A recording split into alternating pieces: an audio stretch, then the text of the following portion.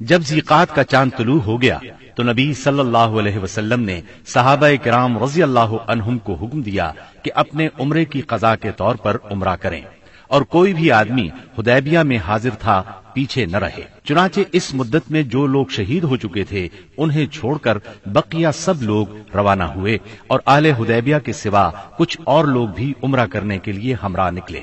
اس طرح تعداد 2000 ہو گئی۔ رسول اللہ صلی اللہ علیہ وسلم نے اس موقع پر ابو رحم غفاری رضی اللہ عنہ کو مدینے میں اپنا جانشین مقرر کیا، 60 اونٹ ساتھ لیے اور ناجیہ بن جندب اسلمی کو ان کی دیکھ بھال کا کام سونپا۔ رسول اللہ صلی اللہ علیہ وسلم مکے میں داخلے کے وقت اپنی قصوہ نامی اونٹنی پر سوار تھے۔ مسلمانوں نے تلواریں حمائل کر رکھی تھیں اور رسول اللہ صلی اللہ علیہ وسلم کو گھیرے میں لیے ہوئے لبیک پکار رہے تھے۔ مشرکین جبکہ مسلمانوں کا تماشا دیکھنے کے لیے گھروں سے نکل کر کعبے کے شمال میں واقع قویقیان پہاڑ پر جا بیٹھے تھے، انہوں نے آپس میں باتیں کرتے ہوئے کہا تھا کہ تمہارے پاس ایک ایسی جماعت آ رہی ہے جسے یثرب کے بخار نے توڑ ڈالا ہے، اس لیے نبی صلی اللہ علیہ وسلم نے حکم دیا کہ وہ پہلے 3 پھیروں میں کندھوں کو ہلاتے ہوئے دوڑ کر چلیں تاکہ کفار کو معلوم ہو جائے مسلمان کمزور نہیں ہوئے۔ اس طرح چلنے کو رمل کہتے ہیں۔ یہ سنت آج تک قائم ہے اور قیامت تک قائم رہے گی۔ اہل مکہ نے اگرچہ معاہدے کی روح سے عمرے کی اجازت دے دی تھی، لیکن تھے وہ بہت طیش میں۔ روسائے قریش نے تو شہر کو خالی ہی کر دیا تھا اور کعبے کے شمال میں واقع پہاڑ قویقیان پر چلے گئے تھے۔ رسول اللہ صلی اللہ علیہ وسلم کو دیکھنے کے لیے مشرکین نے لائن لگا رکھی تھی۔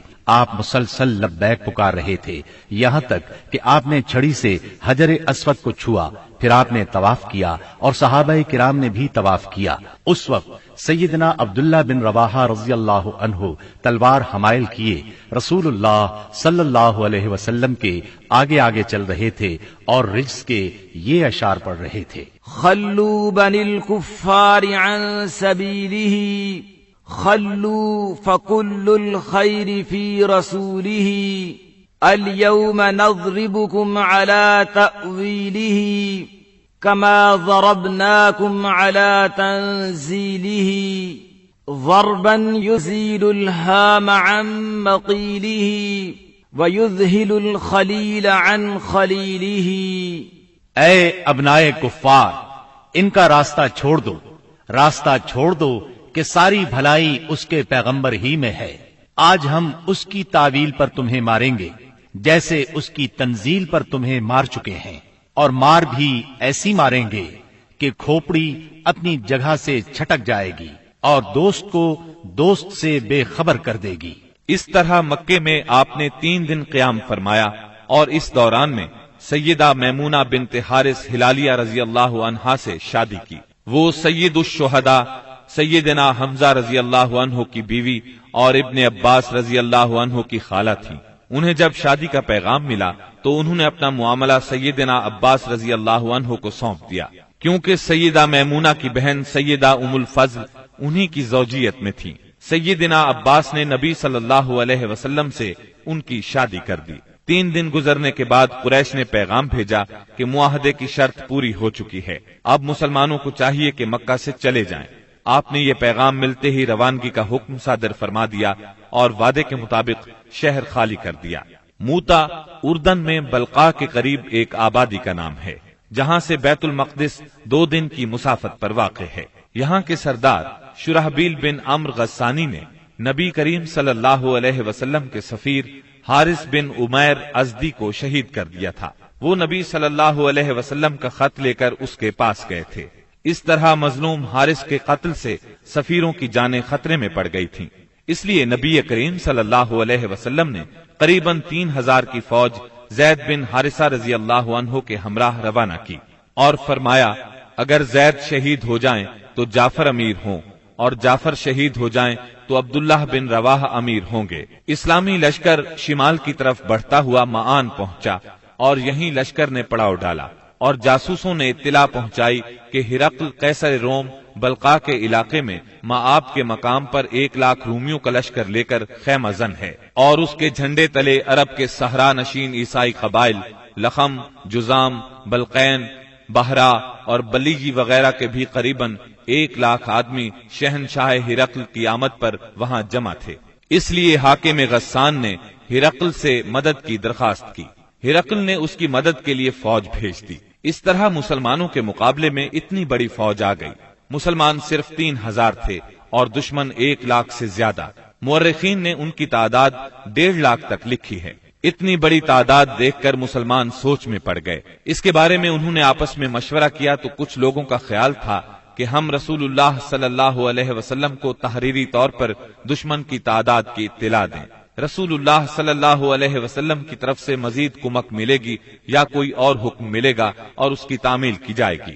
لیکن سیدنا عبداللہ بن رواحہ رضی اللہ عنہ نے اس رائے کی مخالفت کرتے ہوئے مسلمانوں سے فرمایا، ہم فتح اور شکست کے لیے نہیں، اللہ کی رضا کے لیے میدان میں آئے ہیں، لہذا فتح اور شکست سے بے نیاز ہو کر لڑو۔ انہوں نے یہ الفاظ کہہ کر لوگوں کو مزید گرما دیا، لوگو اللہ کی قسم، جس چیز سے آپ کترا رہے ہیں یہ تو وہی شہادت ہے جس کی طلب میں آپ لوگ نکلے ہیں۔ ہم تو محض اس دین کے بل پر لڑتے ہیں جس سے اللہ نے ہمیں مشرف کیا ہے، اس لیے آگے بڑھو، ہمیں 2 بھلائیوں میں سے ایک بھلائی ضرور حاصل ہوگی، ہم غالب آئیں گے یا شہادت سے سرفراز ہوں گے۔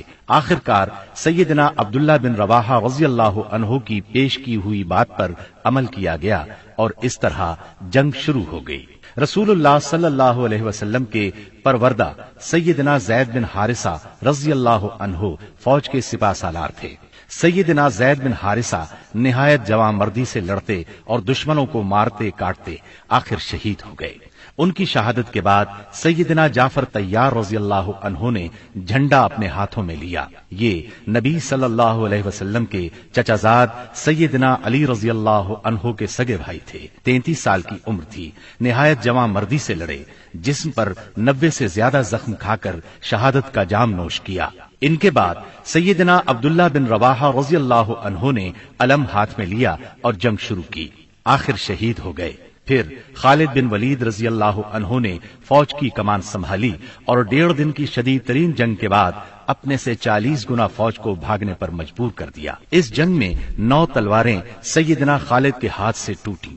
ادھر نبی صلی اللہ علیہ وسلم نے صحابہ کرام کو مدینے میں اسی دن 3 سالاروں کی شہادت کی خبر دی اور بتلایا کہ اب کمان خالد بن ولید کے ہاتھ میں آ گئی ہے، اور اسی جنگ کے بعد سیدنا خالد بن ولید کو سیف اللہ کا خطاب عطا ہوا۔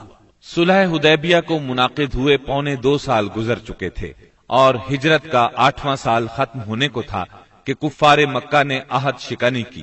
ہوا یہ کہ قبیلہ بنو بکر نے جو کفار کا معاون اور حلیف تھا، قبیلہ بنو خزاعہ پر حملہ کر دیا۔ یہ قبیلہ مسلمانوں کا حلیف تھا۔ اس کے نتیجے میں بنو خزاعہ کو شدید جانی و مالی نقصان پہنچا۔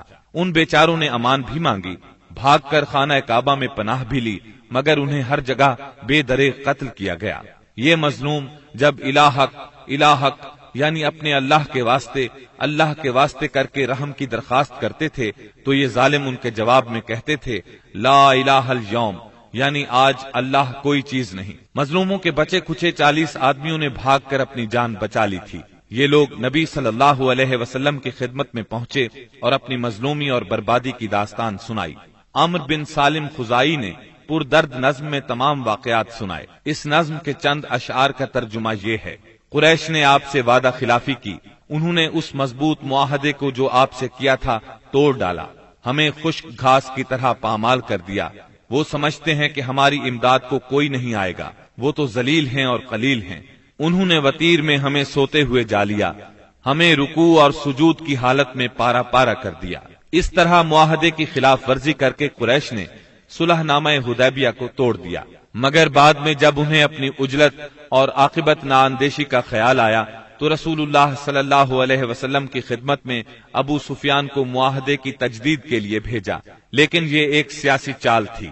رسول اللہ صلی اللہ علیہ وسلم نے انہیں کوئی جواب نہ دیا۔ ان حالات میں اس کے سوا کوئی چارہ نہ تھا کہ کفار کی سازشوں کے اس مرکز کو ہمیشہ ہمیشہ کے لیے بند کر دیا جائے، تاکہ کفار کو مسلمانوں کی طاقت کا صحیح اندازہ ہو جائے اور وہ سازش کرنے کی جرأت نہ کر سکیں، نہ فساد اور لڑائی پر آمادہ ہوں۔ چنانچہ رسول اللہ صلی اللہ علیہ وسلم 10,000 صحابہ کرام کے ساتھ ہجرت کے 8ویں سال رمضان المبارک میں مکے کی طرف روانہ ہوئے۔ جب مکہ چند میل کے فاصلے پر رہ گیا تو آپ نے صحابہ کے ساتھ پڑاؤ کیا اور حکم دیا کہ سب لوگ الگ الگ آگ روشن کریں تاکہ کفار مکہ کو مسلمانوں کی کثرت تعداد کا اندازہ ہو سکے اور ناحق خون ریزی نہ ہو۔ یہ نہایت مناسب اور کارگر ترکیب تھی جو اللہ تعالیٰ نے اپنے نبی صلی اللہ علیہ وسلم کو سجھائی تھی۔ اس منظر کا مکے کے کافروں پر بڑا اثر ہوا اور اس قدر روب بیٹھا کہ انہوں نے اس موقع پر جنگ کے بارے میں سوچا تک نہیں۔ راستے ہی میں اس وقت اسلام کے سب سے بڑے دشمن ابو سفیان نبی کریم صلی اللہ علیہ وسلم کی خدمت میں حاضر ہوئے اور اسلام قبول کیا۔ انہوں نے نبی کریم صلی اللہ علیہ وسلم کے ارشاد کے مطابق مکے پہنچ کر یہ اعلان کیا، جو کوئی ہتھیار پھینک دے گا اسے قتل نہیں کیا جائے گا، جو کوئی خانہ کعبہ کے اندر جائے گا اسے قتل نہیں کیا جائے گا، جو کوئی اپنے گھر کے اندر بیٹھ رہے گا اسے قتل نہیں کیا جائے گا، جو کوئی ابو سفیان کے گھر پناہ لے لے گا اسے قتل نہیں کیا جائے گا، جو کوئی حکیم بن حزام کے گھر پناہ لے گا اسے قتل نہیں کیا جائے گا، بھاگ جانے والے کا تعاقب نہیں کیا جائے گا، زخمی کو قتل نہیں کیا جائے گا، اسیر کو قتل نہیں کیا جائے گا۔ منگل 17 رمضان المبارک کی صبح رسول اللہ صلی اللہ علیہ وسلم مکے کی طرف روانہ ہوئے۔ آپ نے سیدنا عباس رضی اللہ عنہ کو حکم دیا کہ ابو سفیان کو وادی کے تنگ نائے پر پہاڑی ناکے کے پاس روکے رکھیں تاکہ وہاں سے گزرنے والی اللہ کی فوجوں کو دیکھ سکیں۔ سیدنا عباس نے ایسا ہی کیا۔ قبائل اپنے اپنے پرچم لیے وہاں سے گزرنے لگے۔ جب کوئی قبیلہ گزرتا تو ابو سفیان پوچھتے، عباس یہ لوگ کون ہیں؟ جواب میں سیدنا عباس رضی اللہ عنہ کہتے، بنو فلاں، مثلا یہ بنو سلیم ہیں۔ یہاں تک کہ انصار کا دستہ گزرا جس کا پرچم سیدنا سعد بن عبادہ رضی اللہ عنہ کے ہاتھ میں تھا۔ انہوں نے کہا، ابو سفیان آج خون ریزی اور مار دھاڑ کا دن ہے، آج کعبہ حلال کیا جائے گا۔ ابو سفیان بولے، عباس پامالی کا دن مبارک ہو۔ پھر رسول اللہ صلی اللہ علیہ وسلم اپنے سبز دستے میں تشریف لائے۔ آپ مہاجرین اور انصار کے درمیان میں تھے۔ یہاں صرف لوہے کی باڑ دکھائی پڑ رہی تھی۔ ابو سفیان نے کہا، سبحان اللہ، عباس یہ کون لوگ ہیں؟ سیدنا عباس رضی اللہ عنہ نے کہا، یہ انصار اور مہاجرین کے ساتھ رسول اللہ صلی اللہ علیہ وسلم ہیں۔ ابو سفیان بولے، بھلا ان سے محاذ آرائی کی کسے طاقت ہے؟ تمہارے بھتیجے کی بادشاہت تو بہت زبردست ہو گئی ہے۔ سیدنا عباس رضی اللہ عنہ نے کہا، یہ بادشاہت نہیں، نبوت ہے۔ ابو سفیان بولے، آپ ٹھیک کہتے ہیں۔ پھر انہوں نے رسول اللہ صلی اللہ علیہ وسلم کو سیدنا سعد رضی اللہ عنہ کی بات بتائی۔ آپ نے فرمایا، سعد نے غلط کہا، آج کعبے کی تعظیم کا دن ہے، آج کعبے کو غلاف پہنایا جائے گا۔ پھر آپ نے پرچم سیدنا سعد رضی اللہ عنہ کے ہاتھ سے لے کر ان کے صاحبزادے قیس کے حوالے کر دیا۔ جب رسول اللہ صلی اللہ علیہ وسلم ذی طوا پہنچے تو میسرہ کے سالار سیدنا خالد بن ولید رضی اللہ عنہ کو حکم دیا کہ وہ قدا کے راستے مکہ میں زیریں حصے سے داخل ہوں اور کوئی آڑے آئے تو اسے کاٹ کر رکھ دیں یہاں تک کہ صفا پر آپ سے آ ملیں۔ نبی صلی اللہ علیہ وسلم نے میمنہ کے قائد اور علمبردار سیدنا زبیر کو حکم دیا کہ وہ قدا کے راستے بالائی حصے میں داخل ہوں اور حجون میں آپ کا پرچم گاڑ دیں،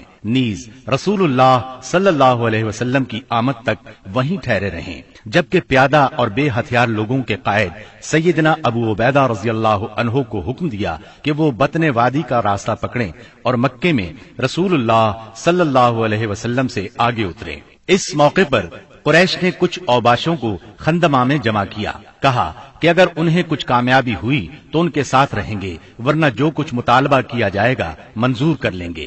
جب خالد بن ولید رضی اللہ عنہ ان کے پاس سے گزرے تو ایک معمولی سی جھڑپ میں ان کے 12 آدمیوں کو کاٹ ڈالا اور باقی بھاگ کھڑے ہوئے۔ اس کے بعد سیدنا خالد بن ولید رضی اللہ عنہ مکے کے گلی کوچوں کو رونتے ہوئے کوہ صفا پر رسول اللہ صلی اللہ علیہ وسلم سے جا ملے، البتہ ان کے دستے کے 2 آدمی بھٹک کر لشکر سے بچھڑ گئے اور شہید کر دیے گئے۔ ادھر سیدنا زبیر رضی اللہ عنہ نے حجون میں مسجد فتح کے پاس جھنڈا گاڑا اور ایک خیمہ نصب کیا، اس میں ام سلمہ اور سیدہ میمونہ رضی اللہ عنہما نے قیام کیا اور وہیں ٹھہری رہیں یہاں تک کہ رسول اللہ صلی اللہ علیہ وسلم تشریف لے آئے۔ تھوڑی دیر آرام فرمایا پھر آگے بڑھے۔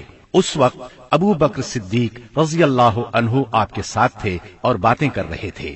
پھر آپ سورہ فتح کی تلاوت کرتے ہوئے مہاجرین اور انصار کے جلو میں مسجد حرام کے اندر داخل ہوئے، حجر اسود کو چوما، بیت اللہ کا طواف کیا۔ آپ حالت احرام میں نہیں تھے، اس وقت بیت اللہ کے گرد 360 بت تھے۔ آپ صلی اللہ علیہ وسلم ایک لکڑی سے ان بتوں کو کچوکے لگاتے جا رہے تھے اور فرماتے جاتے تھے، حق آ گیا اور باطل چلا گیا، یقیناً باطل جانے ہی والا ہے۔ حق آ گیا اور باطل کی چلت پھرت ختم ہو گئی۔ آپ بتوں کو ہلکی سی ضرب لگاتے جا رہے تھے اور بت گرتے جا رہے تھے۔ جب آپ طواف سے فارغ ہو گئے تو سیدنا عثمان بن طلحہ رضی اللہ عنہ کو بلا کر ان سے کعبے کی چابی لی اور اس کو کھولنے کا حکم دیا۔ پھر اس میں جو بت تھے انہیں نکلوا کر توڑوا دیا، جو تصاویر تھیں انہیں مٹوا دیا۔ اس کے بعد آپ سیدنا اسامہ بن زید اور سیدنا بلال رضی اللہ عنہم کے ساتھ اندر داخل ہوئے اور دروازہ بند کر لیا۔ پھر دروازے کے مقابل کی دیوار کے رخ سے 3 ہاتھ کے فاصلے پر کھڑے ہوئے اپنے بائیں 1 ستون، دائیں 2 ستون اور پیچھے 3 ستون کیے اور 2 رکعت نماز پڑھی۔ پھر بیت اللہ میں گھوم کر اس کے اطراف میں اللہ کی تکبیر اور توحید کے الفاظ کہے۔ اس کے بعد آپ نے دروازہ کھولا۔ قریش مسجد حرام میں صفیں لگاتے کھچا کھچ بھرے تھے۔ آپ نے دروازے کے دونوں بازو پکڑ کر ایک بلیغ خطبہ دیا جس میں اسلام کے بہت سے احکام بیان فرمائے، جاہلیت کے امور کو ساقط کیا اور اس کی نخوت کے خاتمے کا اعلان کیا۔ پھر فرمایا، قریش کے لوگوں، تمہارا کیا خیال ہے میں تمہارے ساتھ کیا سلوک کرنے والا ہوں؟ انہوں نے جواب دیا، آپ کریم بھائی ہیں اور کریم بھائی کے صاحبزادے ہیں۔ آپ نے ارشاد فرمایا، لا تسریب علیکم اليوم اذهبوا فانتم الطلقاء، آج کے دن تم پر کوئی سرزنش نہیں، جاؤ تم سب آزاد ہو۔ پھر نیچے تشریف لائے اور مسجد حرام میں تشریف فرما ہوئے۔ چابی سیدنا عثمان بن طلحہ رضی اللہ عنہ کو واپس کی اور فرمایا، اس کو ہمیشہ ہمیشہ کے لیے لے لو، تم لوگوں سے اسے وہی چھینے گا جو ظالم ہوگا۔ نبوت کے ابتدائی دنوں میں ایک مرتبہ نبی اکرم صلی اللہ علیہ وسلم نے انہی عثمان سے فرمایا تھا کہ بیت اللہ کا دروازہ کھول دو، انہوں نے انکار کیا تھا۔ تب نبی کریم صلی اللہ علیہ وسلم نے فرمایا تھا، اچھا تم دیکھ لینا کہ ایک دن یہ چابی میرے ہاتھ میں ہوگی اور میں جسے چاہوں گا اسے عطا کروں گا۔ یہ سن کر عثمان بن طلحہ رضی اللہ عنہ نے جواب دیا تھا، کیا اس روز قریش کے سبھی مرد ذلیل اور تباہ ہو جائیں گے؟ اس بات کے جواب میں آپ نے فرمایا تھا، وہ اور بھی زیادہ عزت دار ہوں گے۔ اسی روز رسول اللہ صلی اللہ علیہ وسلم ام ہانی بنت ابی طالب کے گھر میں داخل ہوئے، وہاں غسل کیا اور ان کے گھر ہی میں 8 رکعت نماز پڑھی۔ ہر 2 رکعت پر سلام پھیرا۔ یہ چاشت کا وقت تھا، اس لیے کسی نے اسے چاشت کی نماز سمجھا اور کسی نے فتح کی نماز مراد لی۔ ام ہانی نے اپنے 2 دیوروں کو پناہ دے رکھی تھی۔ سیدنا علی رضی اللہ عنہ انہیں قتل کرنا چاہتے تھے۔ اس بارے میں جب ام ہانی رضی اللہ عنہا نے بات کی تو آپ نے فرمایا، جسے تم نے پناہ دے رکھی ہے اسے ہم نے پناہ دی۔ ظہر کی نماز کا وقت ہوا تو رسول اللہ صلی اللہ علیہ وسلم نے سیدنا بلال رضی اللہ عنہ کو حکم فرمایا، بلال کعبے کی چھت پر چڑھ کر اذان دو۔ چنانچہ انہوں نے کعبے کی چھت پر چڑھ کر اذان دی۔ یہ گویا اسلام کے غلبے کا اعلان تھا، اور جس قدر یہ مشرکین کو ناگوار تھا مسلمانوں کے لیے اسی قدر خوشگوار تھا۔ والحمدللہ رب العالمین۔ جب مکے کی فتح مکمل ہو چکی تو انصار کو فکر لاحق ہوئی کہ کہیں رسول اللہ صلی اللہ علیہ وسلم یہیں نہ ٹھہر جائے، کیونکہ بہرحال یہ آپ کے خاندان اور آپ کے قبیلے کا شہر تھا۔ اس وقت رسول اللہ صلی اللہ علیہ وسلم صفا پر ہاتھ اٹھائے دعا فرما رہے تھے۔ دعا سے فارغ ہوئے تو فرمایا، اللہ کی پناہ، اب زندگی اور موت تمہارے ساتھ ہے۔ اس سے انصار مطمئن ہو گئے، ان کا خوف جاتا رہا اور وہ خوش ہو گئے۔ رسول اللہ صلی اللہ علیہ وسلم نے مکے میں 19 روز قیام فرمایا اور اس دوران آثار اسلام کی تجدید کی۔ مکے کو آثار جاہلیت سے پاک کیا، نئے سرے سے حرم کے ستون نصب کیے اور آپ کے منادی نے اعلان کیا، جو شخص اللہ اور آخرت کے دن پر ایمان رکھتا ہے وہ اپنے گھر میں کوئی بت نہ چھوڑے بلکہ اسے توڑ دے۔